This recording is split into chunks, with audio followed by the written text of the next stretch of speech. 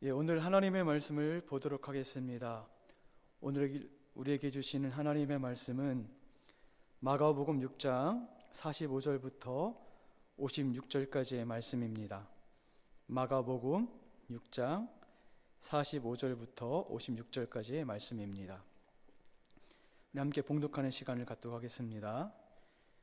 예수께서 즉시 제자들을 재촉하사 자기가 무리를 보내는 동안에 배 타고 앞서 건너편 벳세다로 가게 하시고 무리를 작별하신 후에 기도하러 산으로 가시니라.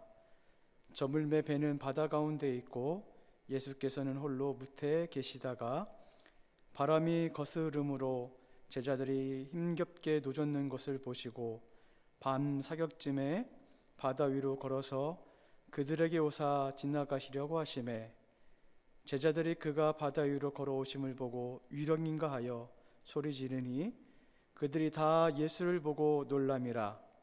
이에 예수께서 곧 그들에게 말씀하여 이르시되 안심하라 내니 두려워하지 말라 하시고 배에 올라 그들에게 가시니 바람이 그치는지라.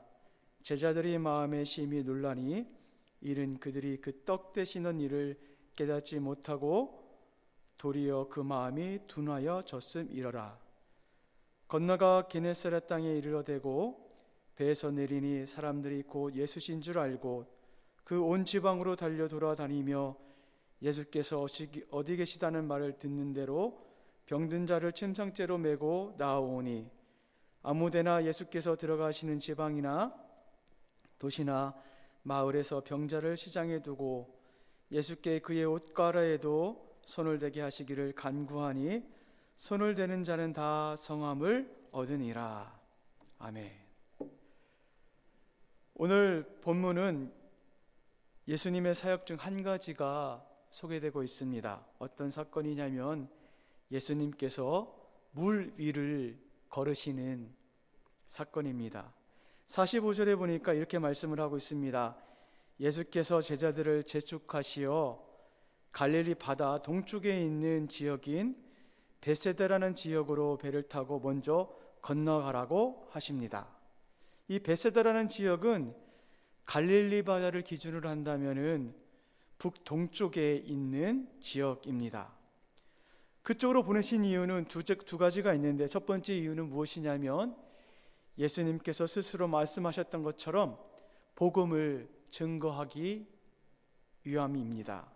그리고 또 한 가지는 무엇이냐면 46절에 보니까 이렇게 말씀을 하고 있습니다. 기도하러 산으로 가시니라.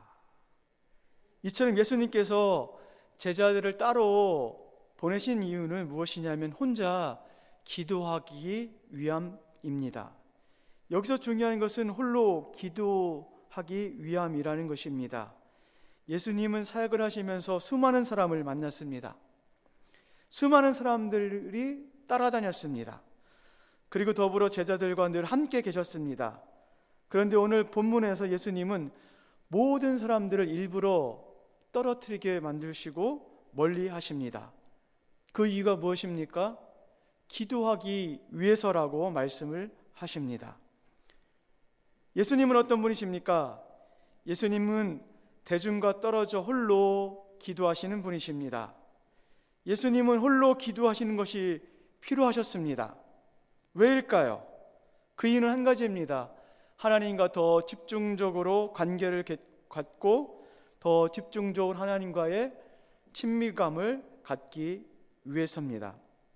여러분, 기도는 어디서나 어느 시나 특별한 장소와 특별한 곳이 필요하지 않습니다.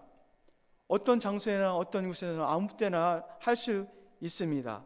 그럼에도 불구하고 오늘 예수님께서는 특별한 장소, 특별한 시간을 필요로 하셨고 그것으로 인해서 제자들을 멀리 떠나보내시는 것을 볼 수가 있습니다. 요즘 우리에게 이구동성으로 고충 후에 말씀을 하고 있는 것들이 있습니다. 무엇이냐면 교회에서 함께 예배 드리지 못하는 것에 대한 답답함입니다. 이것은 무엇을 의미합니까? 공간과 시간에 인간은 지배를 받고 있다는 것입니다. 기도도 마찬가지입니다. 시와 장소가 중요하지는 않지만 그러나 더 하나님께 집중하고 더 하나님과 그 친밀한 관계를 맺기 위해서 홀로 있는 장소가 필요하고 홀로 있는 시간이 필요하다는 것입니다. 그렇다면 왜 홀로 기도하는 시간과 장소가 필요할까요? 왜냐하면 그래야만 하나님으로부터 오는 영적인 공급을 충전을 받기 때문에 그렇습니다. 이것은 무엇을 의미합니까? 하나님이신 예수님조차도 하늘로부터 오는 그 공급함이 필요하다는 것입니다. 요한복음에 보면은 예수님께서 말씀하셨습니다. 내가 스스로 나의 일을 할 수 없다라고 말씀하십니다.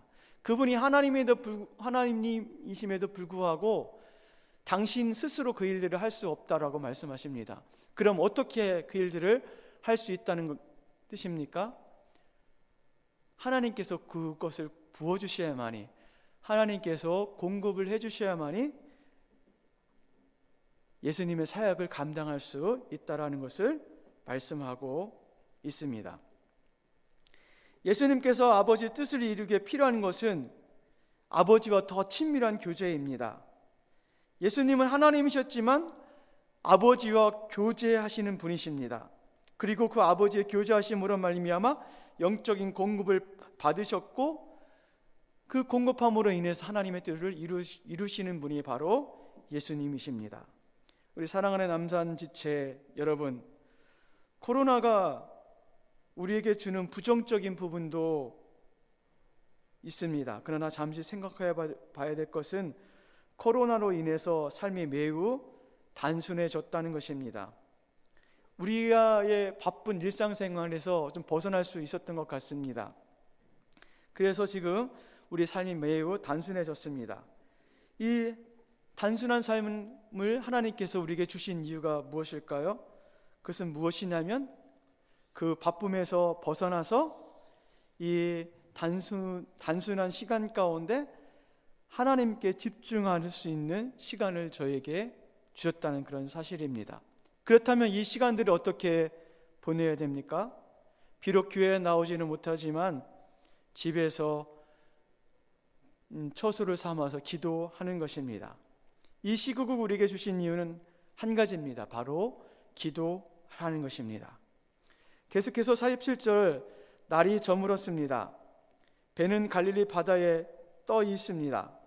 그런데 밤 사경쯤 우리 시간으로 새벽 3시쯤에 바다에 바람이 불기 시작합니다. 노를 젓는 것이 힘들고 생명의 위협까지 찾아옵니다. 이때 어떤 일이 발생합니까? 48절에 보니까 예수님께서 이 모든 상황을 보고 계셨다라고 말씀을 하고 있습니다. 예수님은 어떤 분이십니까? 당신의 자녀에게 닥친 모든 일을 보고 계시는 분이십니다. 그렇다면 왜 보고 계셨을까요? 위험에 빠뜨리기 위해서입니까? 아니면 보호해 주시기 위해서입니까? 49절에 보니까 예수님께서 어떻게 하십니까? 위험에 빠져 있는 제자들에게 찾아가십니다. 어떻게 찾아가십니까? 풍랑이 있는 바다를 걸으십니다. 바다를 걸으시는 이유가 무엇입니까? 빨리 제자들을 위협에서 건져내기 위함입니다. 마치 아이가 물에 빠져 있을 때 부모가 그것을 보고 빨리 달려가서 건져내는 것과 동일합니다. 여기서 예수님께서 바다 위를 걸었다는 것도 매우 중요하지만 더 중요한 사실은 무엇이냐면 예수님께서 제자들을 지금 지켜보고 계셨을 뿐만 아니라 그들의 위협에서 즉시 달려가셨다는 것입니다. 우리 사랑하는 남사지체 여러분, 코로나로 인해서 지금 혹시 예수님 없이 풍랑이는 바다를 건너가는 것처럼 위태한 분이 계신 분이 있으십니까? 뉴스를 보면서 이곳 저곳에서 죽겠다는 아우성이 빗발치고 있습니다. 믿지 않는 자는 믿음의 대상이 없기 때문에 아우성을 칠 수밖에 없죠. 그러나 우리는 달라야 합니다. 이런 상황에서 우리는 아버지를 불러야 합니다. 우리에게 지금까지 보호해 주신 그 아버지를 생각해야 합니다. 여러분 지금까지 우리 인생을 사시면서 지금까지 인도해 주시고 지켜주시고 보여주신 분이 누굽니까? 우리입니까? 아니면 하나님 아버지이십니까? 믿음이 있으신 분이라면 분명히 이렇게 고백할 것입니다. 지금까지 우리를 지켜주신 분은 바로 하나님 아버지시다. 그런데 제자들은 믿지 못했습니다. 52절은 이렇게 말씀을 하십니다. 이는 그들이 그 떡 떼시던 일을 깨닫지 못하고 도리어 마음이 둔하여 졌음이라. 지금 당장의 위험 앞에 과거에 그 예수님께서 어떤 사역을 하셨는지 어떤 일을 하셨는지 그 모든 것들이 다 기억 속에 사라져 버렸습니다. 그러므로 그들의 마음이 어떠해졌습니까? 둔해졌다라는 것입니다. 그렇기 때문에 그들에게 찾아오는 것은 현실의 막막함 뿐입니다. 잊지 마십시오. 지금껏 우리의 삶과 인생을 인도해 주신 분이 하나님이십니다. 내가 아닙니다. 우리를 믿지 마십시오. 코로나 앞에 우리가 할 수 있는 것이 있습니까? 없습니다. 우리가 이 사태를 바라보면서 우리가 얼마나 유한하고 우리가 얼마나 제한적인 존재인가를 다시금 깨닫습니다. 반면에 하나님의 은혜가 얼마나 큰 것인지를 다시금 기억하게 됩니다. 그러면 그럴수록 더 하나님을 바라보시는 우리 남선의 지체 여러분 되길 간절히 소망을 합니다. 53절부터 56절은 제자들의 믿음과 반대되는 사람들이 등장을 합니다. 누구입니까? 수많은 병자들입니다.